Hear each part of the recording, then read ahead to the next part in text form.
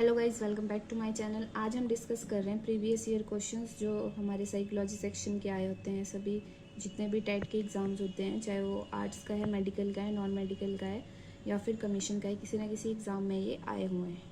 तो शुरू करते हैं। कोठारी आयोग की रिपोर्ट का शीर्षक, तो इसका शीर्षक था शिक्षा और राष्ट्रीय विकास। और अगर पूछें कि कोठारी आयोग कब आया था, तो ये था 1966 में दौलत सिंह कोठारी द्वारा ये आयोग गठित किया गया था। DS कोठारी भी हम इसको बोल सकते हैं, ठीक है। और आज हैंड राइटिंग का थोड़ा इशू था, तो ज़्यादा मेरे से ज़्यादा अच्छे से नहीं लिखा गया।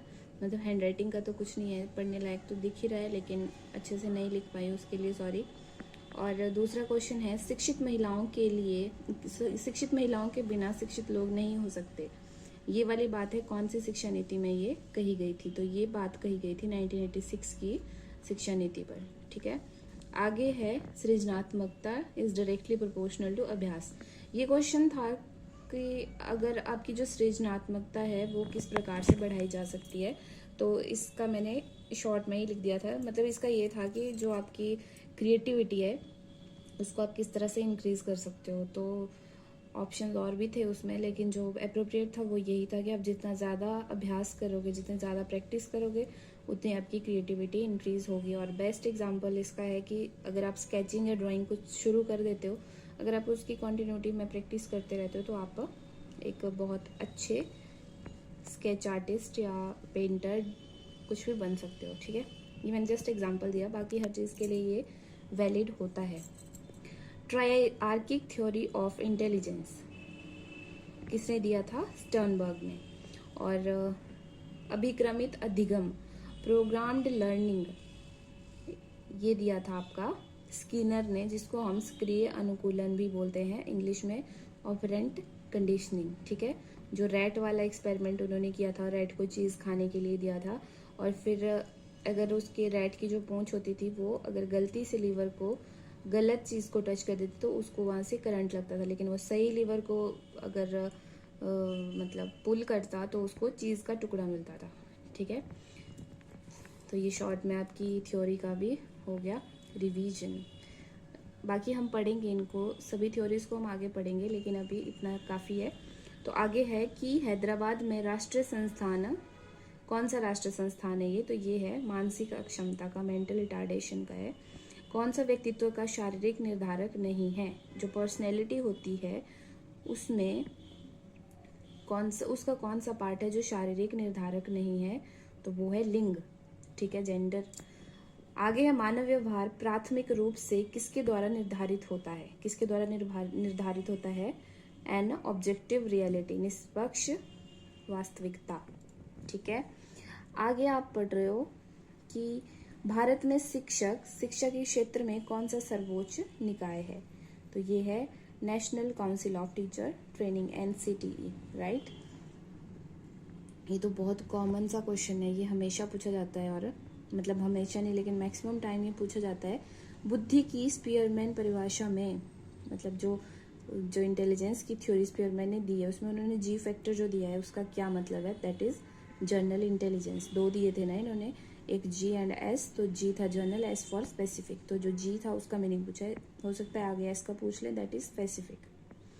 और ये भी पूछ सकते हैं कि स्पीयरमैन की थ्योरी कौन सी थी, ठीक है। तो आपको याद रखना है कि वो थ्योरी कौन सी थी। 2 फैक्टर थ्योरी, 3 फैक्टर थ्योरी भी थी, वो भी इन्होंने ही दी थी। आगे आता है आपका mental as upon chronological age into 100। I think आपको ये पता होगा कि ये किस चीज़ का फॉर्मूला है। तो ये किसी के IQ का मेजर करना हो आपने कि कितना उसका IQ है, तो उस हिसाब से इसको कैलकुलेट कर सकते हैं। पहले उसकी मेंटल एज कैलकुलेट करनी है, उसके बाद क्रोनोलॉजिकल एज होती है जो एक्चुअल एज उसकी होती है। जैसे मान लो आप 25 ईयर्स के हो, 24 के हो, तो वो यहाँ पे आएगा। और यहाँ पे एग्जांपल भी दिया है। या फिर क्वेश्चन हमारे पास ऐसे आता है कि किसी की मेंटल एज 6 है, क्रोनोलॉजिकल एज 5 है, तो उसकी IQ कितना होगा? तो ये आपके पास कैलकुलेट करके फॉर्मूले में पुट करके आ जाएगा। कई बार क्वेश्चन ऐसा आता है कि एक इंसान है जिसकी मेंटल एज और क्रोनोलॉजिकल एज दोनों सेम है, तो उसमें क्या होगा? वो केस कौन सा होगा? तो उसमें क्या होता है, जो IQ होता है ना वो नॉर्मल होता है, दैट इज 90 के अराउंड होता है, ठीक है।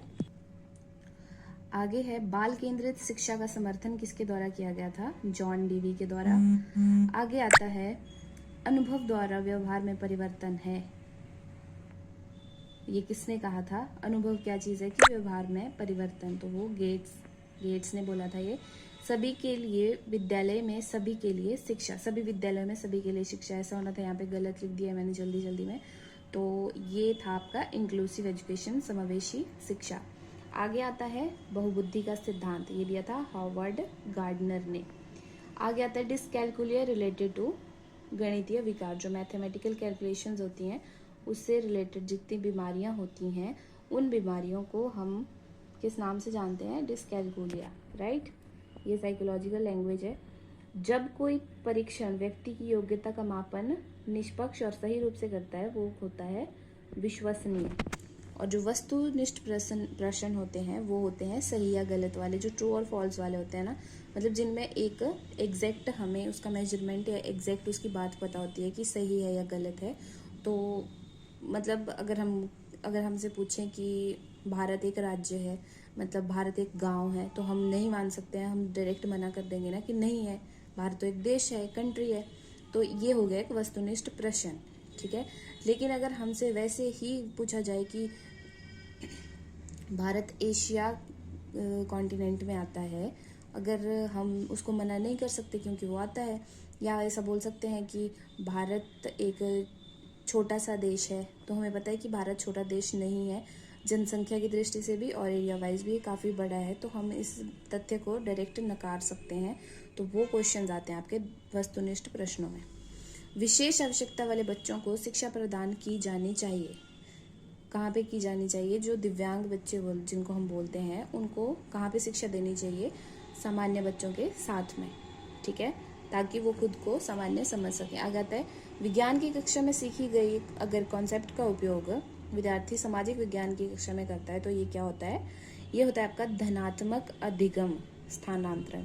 जो आपकी लर्निंग ट्रांसफॉर्मेशन होती है, ट्रांसफ़र होती है, वो अगर आप उस लर्निंग को कहीं ऐड ऑन कर रहे हो, अगर आप कोई एक चीज़ सीख रहे हो, सपोज आपने दाल बनाना सीख लिया, अगर दाल मतलब सिंपल दाल आपने बनाना सीख लिया, मलका की दाल बनाना सीख लिया, या फिर मूंग की दाल, धुली मूंग की दाल बनाना सीख लिया, तो वो कैसे, मतलब उसको हम बॉयल नहीं करते, डायरेक्ट बना देते हैं, ठीक है। तो अगर आपने कल को चने बनाने हो या फिर आपने राजमा बनाने हो, तो आपको इतना तो पता है कि आपने तड़का लगाना है दाल को, उससे पहले का काम आपको सीखना पड़ेगा। तो जो तड़के वाला काम है that is your add on work, जिसको आप अपने जब आप चने बनाओगे या राजमा बनाओगे तो उसमें आप क्या करोगे, अपना जो पहले की नॉलेज होगी आप उसको उस काम के नए काम की नॉलेज के साथ ऐड ऑन कर दोगे, ठीक है। तो या फिर आप सिंपल ये समझ लो कि जैसे हम एक चैप्टर पढ़ लेते हैं, फिर उस चैप्टर में अगर कोई बात आती है, ये प्लस माइनस आता है, या सिंपल सा ये एग्जाम्पल कॉम्प्लिकेटेड हो रहा है, आप ये समझ लो कि जब हमें फर्स्ट क्लास में बचपन में हम स्कूल जाते हैं, नर्सरी में होते हैं, प्ले में होते हैं, तो हमें ABC सिखाते हैं, ठीक है। फिर धीरे धीरे हमें एट, ऑन, ऑफ ये वर्ड सिखाते हैं, फिर उसके बाद हमें एक सेंटेंस बनाना सिखाते हैं, फिर पैराग्राफ सिखाते हैं, फिर हम पूरी बुक रीड कर लेते हैं। तो ये क्या मतलब हुआ कि जो हम पढ़ रहे हैं उसको हम आगे ऐड ऑन अगर कर रहे हैं, तो उसको ऐड ऑन करने से क्या हो रहा है, हमारे जो लर्निंग है वो पॉजिटिव तरीके से बढ़ रही है, ट्रांसफ़र तो हो रही है लेकिन वो बढ़ भी रही है, ठीक है। अगर यही चीज़ इसमें क्वेश्चन आ जाता है कि आपका जो लर्निंग है, अगर आपने मैथ्स का कोई सम किया और फिर उसके बाद आप म्यूज़िक की क्लास में चले गए, तो अगर आपके मैथ्स की जो आपने कॉन्सेप्ट पढ़ा उसका यूज़ कहीं म्यूज़िक में नहीं हो रहा है, तो उन दोनों में क्या डिफरेंस होगा, मतलब उनमें क्या चीज़ आएगी, तो उसमें आप ऋणात्मक अधिगम स्थानांतरण लिख सकते हो। व्यक्तिक भिन्नता पाई जाती है, व्यक्तिक भिन्नता इन सब चीज़ों में होती है, बुद्धि में भी होती है, अभिवृत्ति में भी होती है, लैंगिक होती है, मतलब हर चीज़ में व्यक्तिक भिन्नता होती है। इट मीन्स कि हर एक इंसान डिफरेंट होता है, एवरी इंडिविजुअल इज़ डिफरेंट। और ये क्वेश्चन मैंने आपके साथ अभी डिस्कस किया हुआ है पहले कि MA = CA = सामान्य आयु। जो मेंटल एज है अगर वो क्रोनोलॉजिकल एज के इक्वल होगी तो क्या होगा, ये जर्नल एज आपकी नॉर्मल एज आ जाएगी। आगे आता है प्रतिभाशाली शिक्षार्थी की विशेषता क्या होती है। इसमें क्या होगा कि यदि जो प्रतिभाशाली बच्चे हैं, गिफ्टेड बच्चे हैं, अगर उनके हिसाब से क्लास में गतिविधियां नहीं होंगी, एक्टिविटीज़ नहीं होंगी, तो वो क्या करेंगे कि एक टाइम के बाद क्लास को बोरिंग सा फील करना शुरू कर देंगे और क्लास से उब जाएंगे। ठीक है, आगे आता है TAT कथानक संप्रत्यक्षण परीक्षण तकनीक है जिसका उपयोग किस मापन के लिए किया जाता है। तो ये किया जाता है व्यक्तित्व के लिए, मतलब जो TAT टेस्ट होता है that is used for personality measurement. ठीक है, थीमेटिक एप्रिसिएशन टेस्ट, इसको आप यूज़ करते हैं पर्सनैलिटी टेस्ट के लिए। आगे आता है फ्राइड के अनुसार मूल मानव प्रेरणा है लिंग एंड आक्रमण। ठीक है, आगे आता है मंगोलियन के आमतौर पर 46 गुणसूत्र की जगह कितने गुणसूत्र होते हैं। जो क्रोमोसोम्स होते हैं वो जैसे नॉर्मल हम लोग इंसान होते हैं उनमें 46 होते हैं, लेकिन जो मंगोलियन है उनमें 47 होते हैं। और ये क्वेश्चन बहुत इंपॉर्टेंट है, ये एग्जाम में बहुत बार पूछा जाता है। Army alpha and army beta test related to group intelligence test. ठीक है, और ये वर्ल्ड वार 2 के दौरान किया गया था सैनिकों के ऊपर।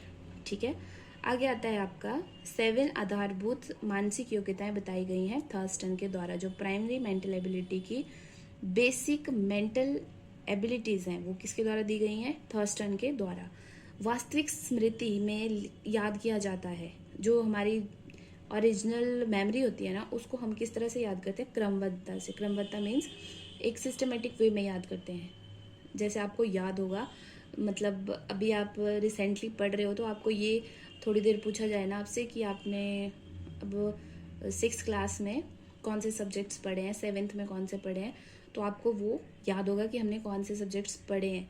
ठीक है, लेकिन आपको ये याद नहीं होगा कि आपने किस तरह से पढ़े हैं। मतलब आप ऐसे रैंडमली कोई भी नाम ले लोगे, फिर आपको कंफर्म हो जाएगा कि हमने ये पढ़े हैं। लेकिन जो हमारी रियल मेमोरी होती है उसमें क्या होता है, आप एक सिस्टमेटिक वे में चीज़ें याद रखते हो। जैसे 1 के बाद 2, 2 के बाद 3, 3 के बाद 4। ठीक है, आगे आता है WISC द्वारा ब्लैंक्स बुद्धि का मापन किया जाता है। तो किसका मापन किया जाता है, बालकों की बुद्धि का। और ये WISC होता है Wechsler intelligence scale for children. ठीक है, बच्चों की जो बुद्धि होती है उसका मापन किया जाता है। तो ये 30 क्वेश्चंस आज हमने डिस्कस किए और इसमें से बहुत से क्वेश्चंस रिपीट होते हैं। ऐसा नहीं है कि एक बार एग्जाम में आ गए तो ये रिपीट नहीं होंगे। बाकी और भी क्वेश्चंस हम करेंगे, लेकिन तब तक हम आगे वाले क्वेश्चंस करेंगे। तब तक आप ये वाले पढ़ लीजिए और जो पीछे वाले हमने थ्योरीज की हैं उनको भी रिवाइज करते रहो। Thank you so much for watching my video.